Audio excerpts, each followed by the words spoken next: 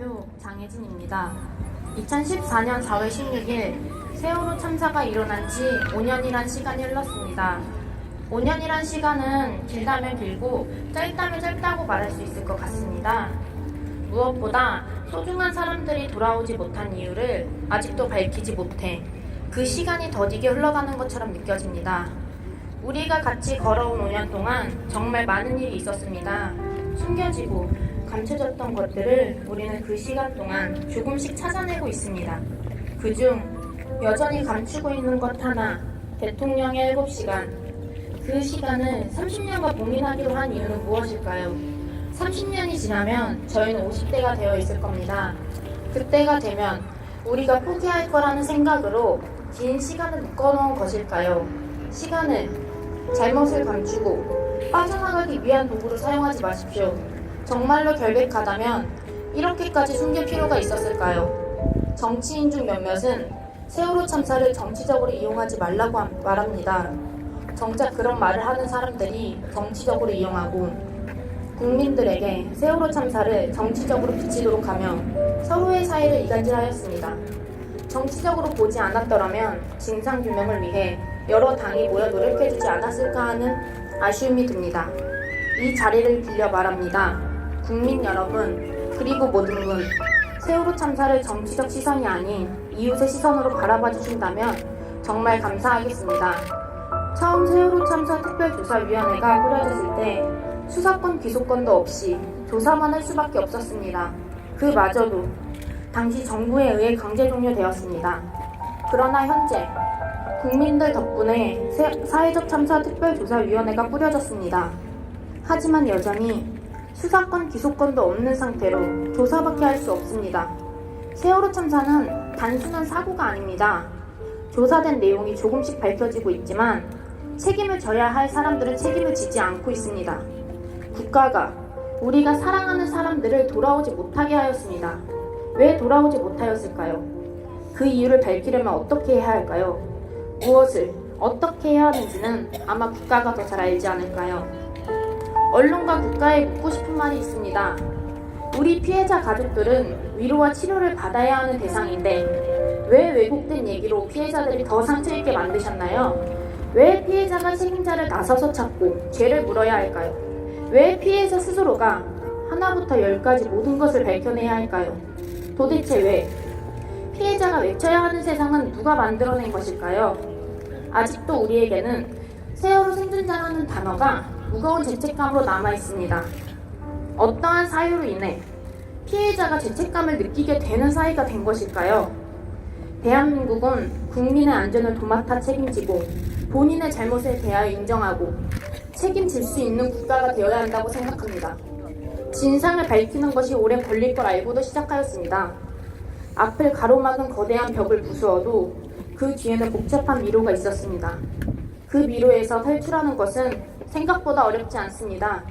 다만 미로가 출구를 감추고 있을 뿐, 그 출구로 나올 수 없다면 우리는 또 다른 출구를 찾아 이 미로에서 벗어나고 말 것입니다. 아름다웠던 날에 함께했던 소중한 사람들을 기억하며 우리는 끝까지 포기하지 않고 앞으로 나아갈 것입니다. 친구들에게 전하는 편지.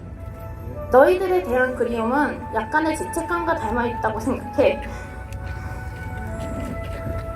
잘못과 실수.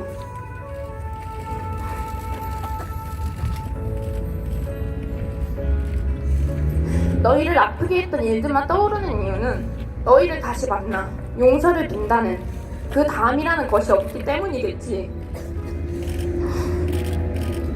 나는 매일 보내지 못하는 편지를 쓰고 용서받을 수 없는 사과를 해. 용서해줄, 괜찮다고 말해줄 너희가 없으니 나는 내 인생을 살아가며 죄를 갚아 나갈게. 다만 마지막에 너희가 내게 지어주었던 웃음이 이따 봐라는 이사가 내 마음속 한편에 자리 잡아 다음이라는 것이 언제가 있을처럼 느껴지더라. 하루하루가 내 생일이 돌아오면 어머니는 언제 선물을 안겨주실까 하는 기대와 실망이 교차하는 그런 날처럼 여겨져 결국 나의 인생도 너희가 언제 돌아올까 하는 기대와 실망으로 점철된 환상 같다고, 아직도 그렇다고. 매년 4월이 되면 이 환상은 더 짙어져 안개가 낀 사방을 헤매는 기분이야.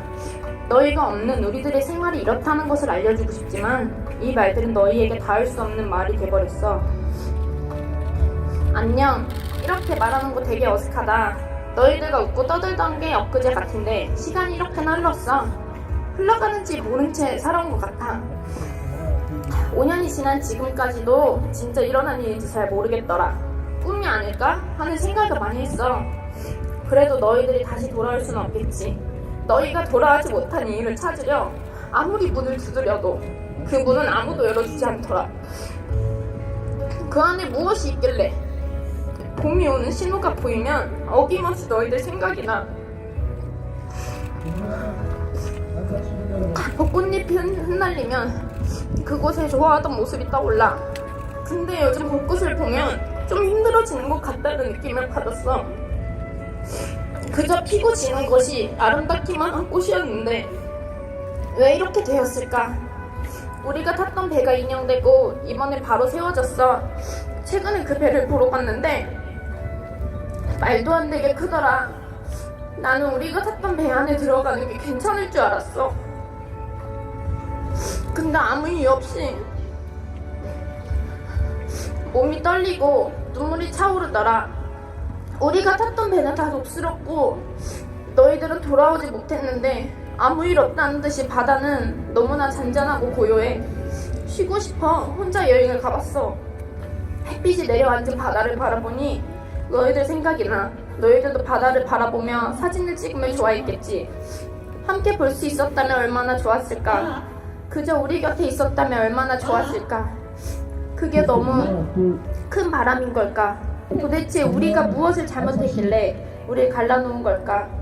너희가 그리워서 그냥 울고 싶은 날이 있어. 돌아오는 4월 인터뷰할 때 강인한 모습을 보여야 한다는 생각을 해. 울게 되면 여론의 부정적인 반응이 생각나 울음을 참게 되더라. 그게 습관이 되어버렸나 봐. 너희가 생각날 때도 습관처럼 울음을 참게 돼. 그래도 눈물은 흐르더라. 너희에게 용서를 바라진 않을게. 진실이 밝혀지는 날이면 너희에게 사과할 기회를 줄래? 지금 내가 쓴 걸 잘 듣고 있지? 지금 여기 우리 앞에 와 있다 생각해. 그 당시 무능력했던 어른이 되지 않도록 열심히 노력할게. 먼 훗날 소중한 너희들에게 가게 되는 날 부끄럽지 않은 내가 되어 너희를 만나러 갈게. 우리도 잊지 않을 테니 너희들도 우리를 기억해줘. 마지막으로 한 드라마에 나온 대사를 말하며 글을 마치겠습니다. 거짓이란 벽에 갇힌 진실은 물처럼 잔잔하고 고요해 보였지만 아무도 모르게 벽에 아주 작은 틈새를 찾아 조용히 세상을 향해 흘러나오고 있다. 5년이 지난 2019년 4월 16일 화요일 성인이 된 친구들이 길지만 끝까지 들어주셔서 감사합니다.